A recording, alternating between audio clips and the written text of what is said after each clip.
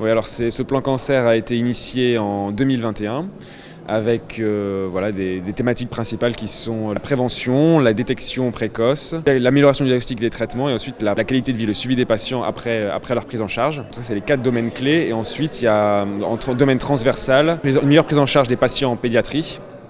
Et puis aussi améliorer la recherche et notamment la médecine personnalisée. C'est toujours compliqué à suivre parce qu'il y a plus de 30 projets là qui sont en cours.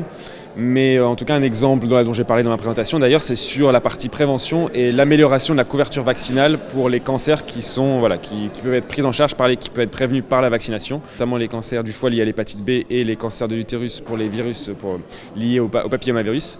Et donc j'ai donné un exemple notamment de l'amélioration de la couverture vaccinale pour ces papillomavirus, notamment par exemple en France où la couverture vaccinale a été rendue, pas obligatoire, mais a été étendue dans les collèges à tous les garçons et les filles d'une génération.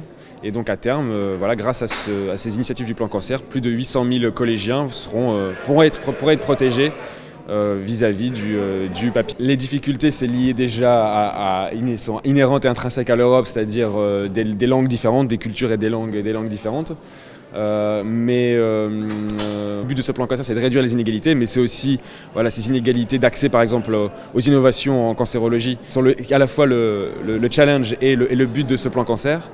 Et voilà, donc c'est une des choses qui va être proposée par ce plan, c'est notamment de créer une banque de données, une banque d'images de tous les pays européens pour avoir une banque de données et permettre de faire de la data, de faire travailler l'intelligence artificielle sur mieux comprendre les mécanismes, mieux reconnaître les lésions cancéreuses, par exemple sur les tissus, et donc ensuite, avec ces données-là, améliorer la recherche et sortir avec des traitements plus adaptés.